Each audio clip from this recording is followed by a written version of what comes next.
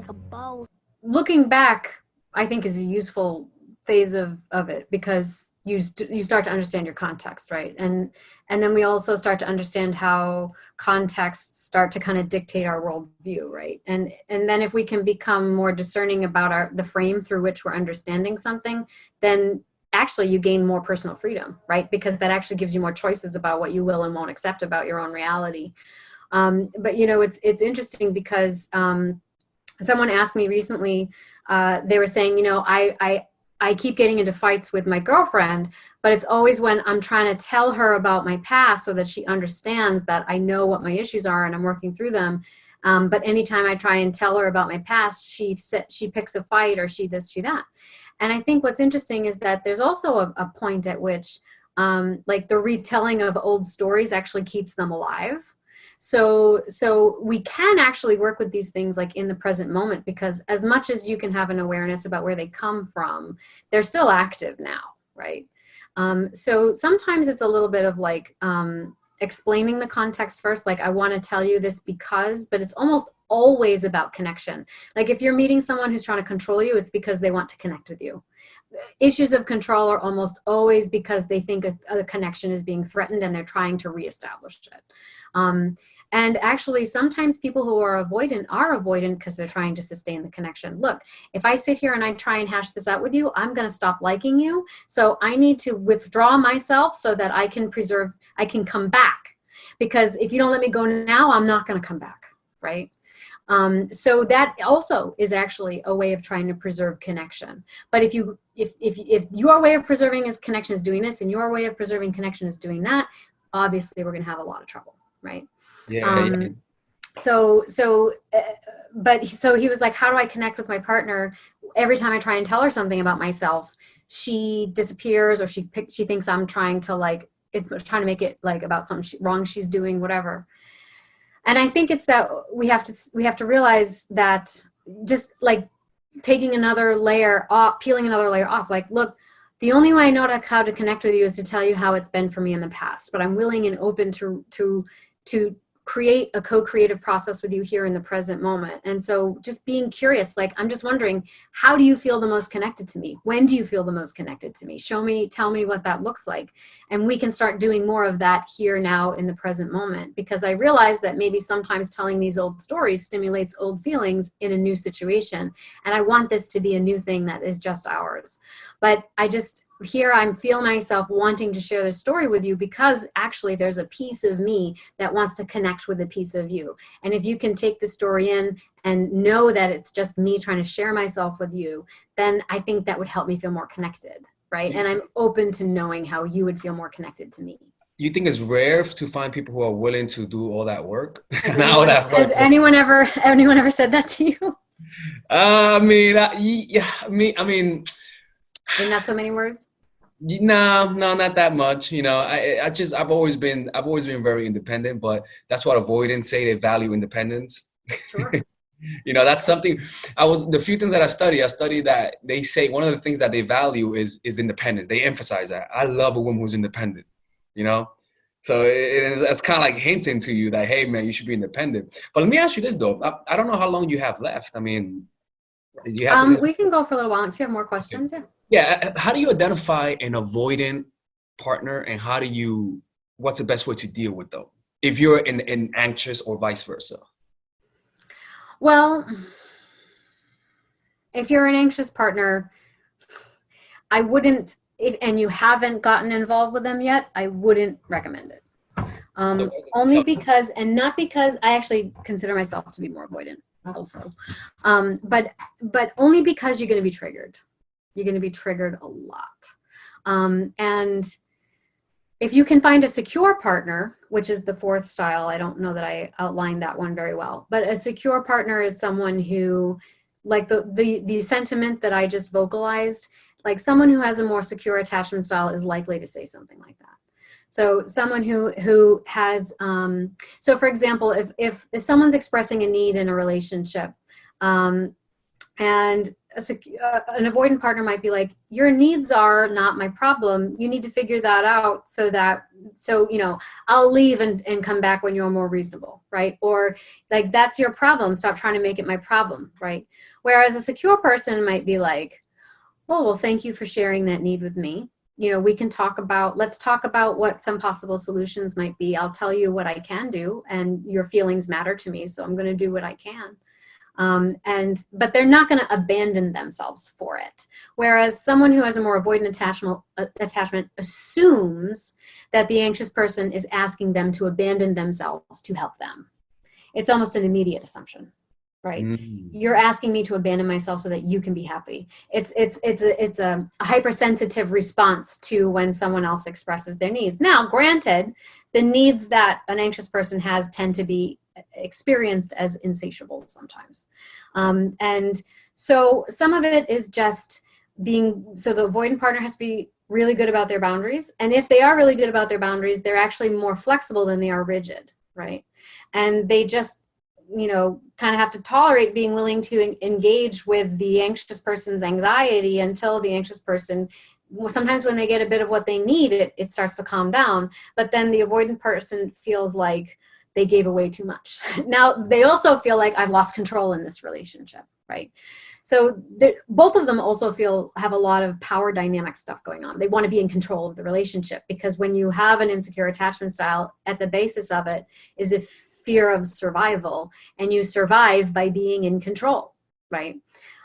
So I think it can work because, as I said before, they're both expressing the same kind of fears. It's just equal and opposite sides of that same issue. And so there's actually very deep connection that can occur between them because they do see and understand each other so well.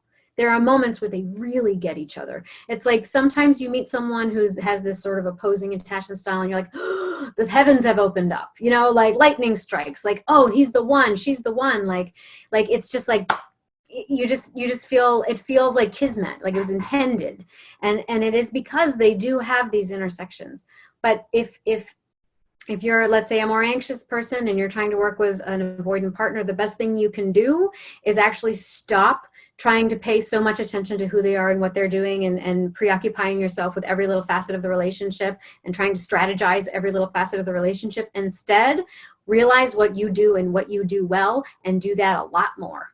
Like, have your own passions, have your own pursuits, have a big group of friends, make friend dates, go out, date multiple people, like be someone who, if commitment is something you're really looking for, don't just go on a few dates with someone and be like, oh, I really like him and I think I'm just going to be with them. And then, no, like, unless you have had the talk and you're on the same page, you need to stop investing yourself so emotionally in one person and praying that they're going to be the one, because that's your attachment system inflamed.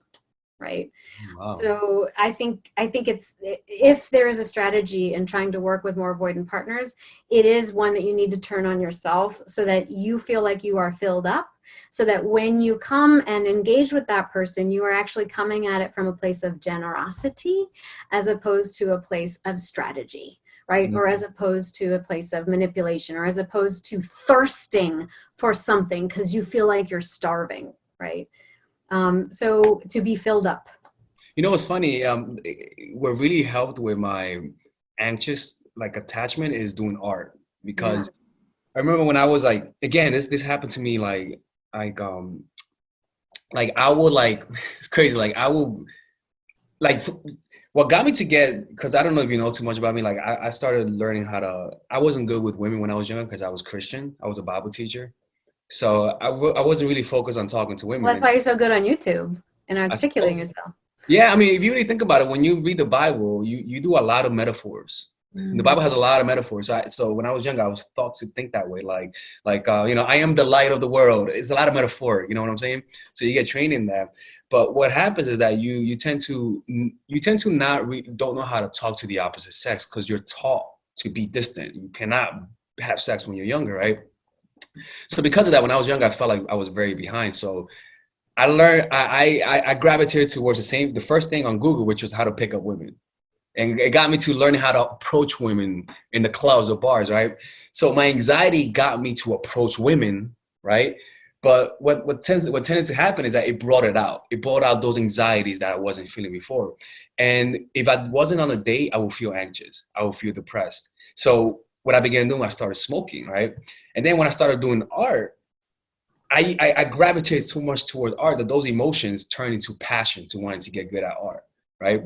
And now I could just go a whole day and just not even mind because I have something to focus on, right? So it kind of fixed the anxious part, but not the avoiding part, because then art takes you to be more avoidant sometimes, you know. But it's yeah, that's how I learned to deal with it, and but I always tell my clients that if you're dating someone who's distant, always give them more space than necessary, because then you'll know when they want you to be closer, because they'll Well, ask you. Am I yeah, right? you can't know otherwise. And if and that's I think that's something else anxious open hearts have a tendency to do is they want to fill the silence. They want to fill the space. And they kind of they want to make things easier for their partner, right? They're like, well, maybe then they start telling themselves, well, maybe he's nervous about texting me, or maybe he doesn't know what to say, or maybe he doesn't this, or maybe he doesn't that. I'll just text him and I'll just, I'll make it easier for him. I'll give him a topic to talk about. Like, so they try to carry it. Like they try to carry the communication. They try to establish the connection because God love them, they underestimate the people that they want to date. All right, ladies and gentlemen, if you guys ever want to learn how to use your feminine energy to influence people, learn how to use your masculine energy to become more assertive, and also learn how to blend both energies to improve your dating life, your spiritual life, honestly, your relationship life, your family life, your career life, this is the course for you. If I had to make a course for my nieces, I have two nieces, one is 8, 19, and one is 14, 15. 16. Holy shit. Oh my God, he's a bad fucking uncle. He's a bad uncle. Get him. Shut up, Melissa. You should get this course, right? And this is the course that I will make for them. So, for example, watch the curriculum, right? In the first week, we're going to be showing you how to establish a strong masculine foundation without letting it hurt your feminine energy. This masculine foundation is a source of who you are, right? It's your bodyguard. Without this, whatever feminine energy you create will be destroyed by the outside, because your masculine is your shield. So we'll talk about goal setting. We'll talk about how to develop a serious attitude. We're gonna be talking about how to use more logic, how to use more goal-oriented behavior. It's more how to be a man. Now the next one is how to embrace the feminine energy, right?